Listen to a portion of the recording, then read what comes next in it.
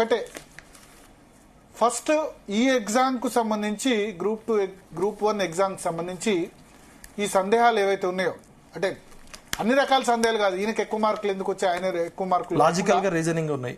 Hall ticket ఎందుకు change చేయాల్సి వచ్చింది, ప్రిలిమ్స్కి ఒకటి మెయిన్స్కి ఒక హాల్ టికెట్ ఎందుకు, తర్వాత రెండవది ఈ వాల్యుయేషన్ సంబంధించి చేసిన వాళ్ళు ఎవరు, వాల్యుయేషన్ చేసిన వాళ్ళ పేర్లు బయట పెట్టినా ఇబ్బంది లేదు, ప్లస్ తెలుగు మీడియంలో ఎంతమంది సెలెక్ట్ అయ్యారు, ఇంగ్లీష్ మీడియంలో ఎంతమంది సెలెక్ట్ అయ్యారు, ఉర్దూ మీడియంలో ఎంతమంది సెలెక్ట్ అయ్యారు, ప్లస్ జనరల్ మార్క్స్ లిస్ట్ సంబంధించి కానీ జనరల్ ర్యాంకింగ్ లిస్ట్ కానీ అది పూర్తి స్థాయిలో బయట పెడితే సగం సందేహాలు అవుతాయి. రెండోది ఎవరైతే సందేహాలు వ్యక్తం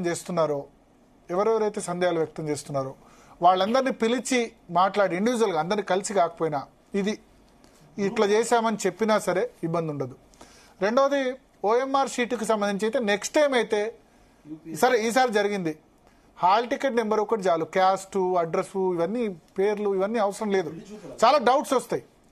రెండవది నెక్స్ట్ టైం గ్రూప్ 1 ఎగ్జామ్ పెట్టాలంటే, ఎందుకంటే గ్రూప్ 1 అనేది చాలా మంది కళ, సివిల్స్ అనేది ప్రతి సంవత్సరం జరుగుతుంది కానీ 13 సంవత్సరాలుగా తర్వాత జరిగింది కాబట్టి నెక్స్ట్ టైం ఎగ్జామ్ గనక పెట్టదలుచుకుంటే దానికి మరి మెయిన్స్లో డిస్క్రిప్టివ్ కాకుండా ఆబ్జెక్టివ్ టైప్లో పెట్టడం పాసిబులా, ఎందుకంటే దానిలో అయితే పెద్దగా విమర్శలు రావు.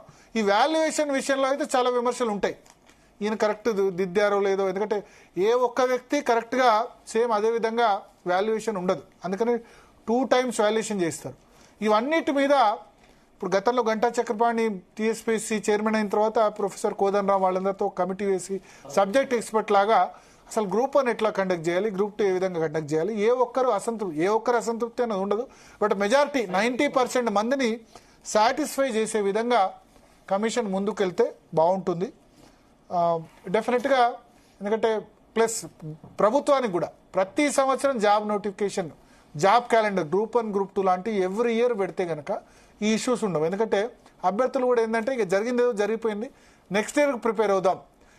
ఇప్పుడు ఆరోపణలో వాస్తవం ఉండొచ్చు, వాస్తవం ఉండకపోవచ్చు, కానీ వాస్తవం ఉంది అని ఎక్కువ నమ్మే. తెలంగాణలో గ్రూప్ 1 వివాదం